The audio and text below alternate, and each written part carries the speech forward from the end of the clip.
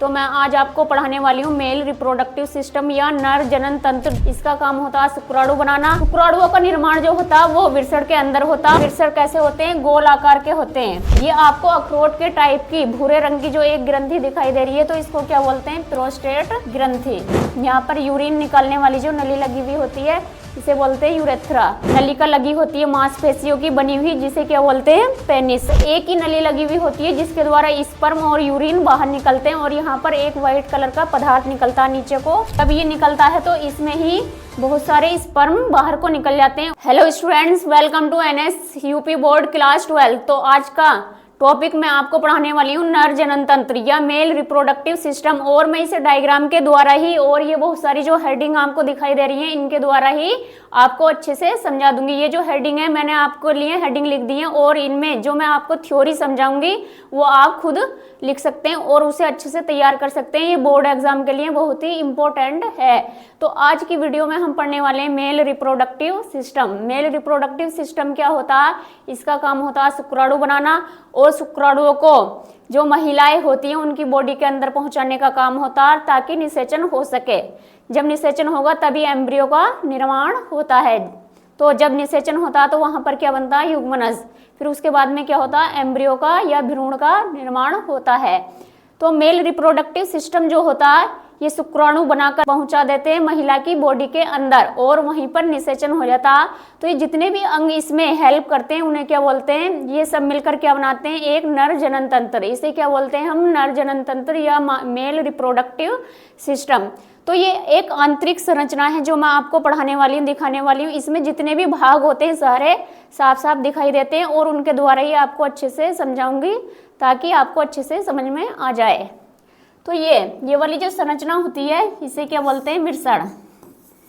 किस नाम से जानते हैं? वृषण। ये छोटे छोटे और अंडाकार की संरचना होती है, और कैसे रंग के होते हैं? गुलाबी रंग के होते हैं। ये पुरुषों में होते हैं, तो इन्हें क्या बोलते हैं? वृषण। और इनके अंदर ही जो शुक्राणु होते हैं उनका निर्माण होता, और इसके ऊपर केवल आधे भाग में एक संरचना लगी हुई होती है। इसको क्या बोलते हैं? अधिवृषण। अधिवृषण। शुक्राणुओं का निर्माण जो होता है वो वृषण के अंदर होता है, और शुक्राणु बनकर इकट्ठे कहाँ हो जाते हैं? अधिवृषण के अंदर। अधिवृषण के अंदर इकट्ठे हो जाते हैं, और फिर ये एक नलिका होती है लगी हुई यहाँ पर, इसे बोलते हैं शुक्रवाहिनी। तो ये यहाँ पर चले जाते हैं, यहाँ से होकर कहाँ पहुँच जाते हैं? सेमिनल वेसिकल या शुक्राशय में पहुँच जाते हैं। शुक्रवाहिनी लगी हुई होती है, एक लंबी नलिका होती है कुंडलित, तो इसे क्या बोलते हैं? शुक्रवाहिनी। फिर जो स्पर्म होते हैं वृषण से कहाँ इकट्ठे हो जाते हैं? अधिवृषण में, और अधिवृषण से कहाँ चले जाते हैं? शुक्रवाहिनी, एक लंबी कुंडलित नलिका होती है उसके द्वारा सेमिनल वेसिकल या शुक्राशय, एक जोड़ी होते हैं शुक्राशय लगे हुए, और प्रोस्टेट ग्रंथि जो होती है उसके ऊपर लगे हुए होते हैं। एक जोड़ी ह्यूमन में देखने को मिलते हैं, तो इसे क्या बोलते हैं? शुक्राशय। शुक्राशय ये 3 ग्रंथियां होती हैं, एक शुक्राशय और एक क्या होती है? प्रोस्टेट ग्रंथि। ये आपको अखरोट के टाइप की भूरे रंग की जो एक ग्रंथि दिखाई दे रही है, तो इसको क्या बोलते हैं? प्रोस्टेट ग्रंथि। ये 3 ग्रंथियां होती हैं, और ये द्रव बनाने में सहायता करती हैं। जो स्पर्म होते हैं वो ऐसे नहीं है, मतलब मेल की बॉडी में जब जाएंगे तो एक द्रव के द्वारा ही, व्हाइट कलर का एक द्रव होता है जिसे क्या बोलते हैं? वीर्य, उसमें मिलकर उसके साथ ही मतलब बहकर चले जाते हैं जब। तो प्रोस्टेट ग्रंथि और शुक्राशय ग्रंथि होती है, और एक होती है बल्बो यूरेथ्रल ग्रंथि। तो ये तीनों एक द्रव टाइप पदार्थ स्रावित करती रहती हैं, और स्पर्म उसमें मिलकर कहाँ चले जाते हैं? एक यूरेथ्रा होता है, यहाँ पर यूरिन निकालने वाली जो नली लगी हुई होती है इसे बोलते हैं यूरेथ्रा। तो उसमें होकर महिला की बॉडी के अंदर प्रवेश कर जाते हैं, तो उन्हें क्या बोलते हैं हम? शुक्राणु। जो वीर्य होता है उसमें बहुत सारे शुक्राणु होते हैं, और यहाँ पर 2 मटर के दाने के आकार की ग्रंथियां लगी हुई होती हैं, इनको क्या बोलते हैं? बल्बो यूरेथ्रल ग्रंथि। 2 ग्रंथियां लगी हुई होती हैं और एक जोड़ी होती है, इन्हें क्या बोलते हैं? बल्बो यूरेथ्रल ग्रंथि। और ये एक क्षारीय द्रव स्रावित करती रहती हैं, जो यूरिन की जो अम्लीयता होती है तो उसे कम करने का काम करती है। अगर यूरिन में स्पर्म जाकर मिल जाते हैं तो वहां पर क्या हो जाते हैं? खत्म हो जाते हैं, उनकी अम्लीयता दूर करने का काम करती है।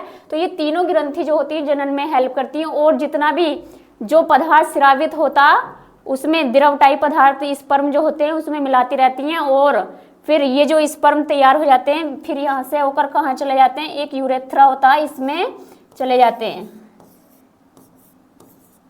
यूरेथ्रा। इसमें होकर फिर कहाँ चले जाते हैं, एक मतलब एक घुंडी टाइप एक नलिका लगी होती है मांसपेशियों की बनी हुई, जिसे क्या बोलते हैं, पेनिस। यहाँ से स्पर्म होकर यूरिन, और एक ही नली लगी हुई होती है जिसके द्वारा स्पर्म और यूरिन बाहर निकलते हैं, और यहाँ पर एक वाइट कलर का पदार्थ निकलता है नीचे को, इसे क्या बोलते हैं, वीर्य। किस नाम से जानते हैं इसे, इसमें ही बहुत सारे स्पर्म होते हैं।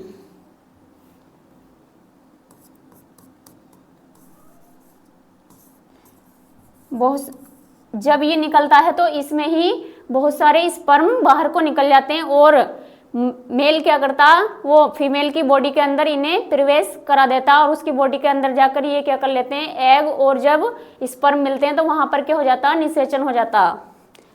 तो ये जो होता है इसको क्या बोलते हैं, पेनिस मुंड के भी नाम से जानते हैं। ये मांसपेशियों का बना हुआ एक संरचना होती है जिसको क्या बोलते हैं, हम पेनिस नाम से जानते हैं, पेनिस मुंड। और जहां पर यूरिन बाहर को निकलता तो इस संरचना को क्या बोलते हैं, पेनिस छिद्र के भी नाम से जानते हैं। इस वाली संरचना को, डायग्राम जो मैं आपको समझा रही हूँ, इस डायग्राम के द्वारा ही आपको अच्छे से इसको तैयार करना है। जो ये वृषण होते हैं इसमें एक हार्मोन होता है जिसको क्या बोलते हैं, मेल सेक्स हार्मोन। उसके द्वारा ही जब उसमें जो लड़के होते हैं उसमें जो परिवर्तन आता तो मेल सेक्स हार्मोन होता है, उसका नाम क्या होता है, टेस्टोस्टेरोन। उसके कारण ही लड़कों में क्या हो जाते हैं, दाढ़ी मूंछ का आ जाना, कंधे चौड़े हो जाना, आवाज का भारी हो जाना, ये लक्षण दिखाई देने लगते हैं। तो मेल सेक्स हार्मोन के भी नाम से जानते हैं, उसके कारण ही उसे क्या बोलते हैं हम, टेस्टोस्टेरोन। उसके कारण बहुत सारे लक्षण दिखाई देते हैं। तो शुक्राशय जो होता है, वृषण जो होता है यहाँ पर लगा हुआ, तो इसमें ही स्पर्म जो होते हैं उनका निर्माण होता, और अधिवृषण में ये इकट्ठे होते हैं। तो ये आपको अगर अच्छे से समझ में आ गया, आप थ्योरी इसकी खुद बना सकते हैं। मतलब यहाँ पर देख लेते हैं कौन कौन से भाग होते हैं। इसमें मुख्य 3 भाग होते हैं, मुख्य, नर, जनन अंग। तो सबसे पहला पार्ट मैंने आपको पढ़ाया था, कौन सा पढ़ाया था, वृषण। वृषण जो होते हैं एक छोटे छोटे आकार के अंडाकार संरचना होती है, उनको क्या बोलते हैं, वृषण। और क्या करते हैं ये, जो मैंने ये हेडिंग लिखी हुई है इनको आपको डिटेल में भी करना है। मैंने जो आपको डायग्राम के द्वारा समझाया, तो आप इसे अच्छे से तैयार करके लर्न कर सकते हैं, मतलब डायग्राम के द्वारा। तो इनमें 3 भाग होते हैं। एक क्या होता है, मुख्य नर जनन अंग, जिसे क्या बोलते हैं हम, वृषण के नाम से जानते हैं। शुक्राणुओं का जो निर्माण होता है किसके अंदर होता है, वृषण के। और इसके ऊपर एक भाग लगा हुआ होता क्या, अधिवृषण, उसे क्या बोलते हैं, मतलब केवल आधे भाग में ही लगा हुआ होता। तो शुक्राणु बनकर कहाँ चले जाते हैं, अधिवृषण में, और वहां पर इकट्ठे होते रहते हैं। जब जरूरत पड़ती है तो वो बाहर को शुक्रवाहिनी के द्वारा निकलकर कहाँ पहुंच जाते हैं, 2 शुक्राशय लगे हुए होते हैं इसमें पहुंच जाते हैं, और प्रोस्टेट ग्रंथि के ऊपर ही लगे हुए होते हैं, जिसे क्या बोलते हैं, प्रोस्टेट ग्रंथि। और ये जनन में हेल्प करती हैं, और तीनों क्या करती हैं, द्रव टाइप पदार्थ स्रावित करती रहती हैं। तो सहायक जनन अंग कौन कौन से होते हैं, अधिवृषण। ये क्या काम करते हैं, शुक्राणुओं को अपने अंदर इकट्ठा करने का काम करते हैं, और शुक्रवाहिनी के द्वारा जो स्पर्म होते हैं या शुक्राणु, वो कहाँ चले जाते हैं, शुक्राशय में। फिर शुक्राशय से होकर कहाँ चले जाते हैं, वो एक यूरिन स्रावित करने वाली नली लगी हुई होती है। शुक्राणु और यूरिन, जो ये वाली जो नली लगी हुई होती है, इसे बोलते हैं यूरेथ्रा। इसके द्वारा ये बाहर निकल जाते हैं, और कहाँ होकर जाते हैं, यूरेथ्रा, और फिर उसके बाद में पेनिस में चले जाते हैं, और ये इन्हें बाहर निकालकर कहाँ पहुँचा देता है, फीमेल की बॉडी के अंदर। फिर इसके बाद में आगे बढ़ने वाले हैं हम। कुछ सहायक जनन ग्रंथियाँ होती हैं, 3 टाइप की होती हैं, जिसे क्या बोलते हैं हम, एक होती है प्रोस्टेट ग्रंथि। ये कैसी होती है, ब्राउन कलर की, भूरे रंग की होती है, और अखरोट जैसी दिखने में संरचना होती है इसकी। ये वाली जो ग्रंथि है भूरे रंग की, अखरोट जैसी स्ट्रक्चर होती है इसकी, तो इसे क्या बोलते हैं हम, प्रोस्टेट ग्रंथि। ये भी एक द्रव टाइप पदार्थ स्रावित करती रहती है। दूसरी होती हैं काउपर्स ग्रंथियां, और एक होती है पेरिनियल ग्रंथि।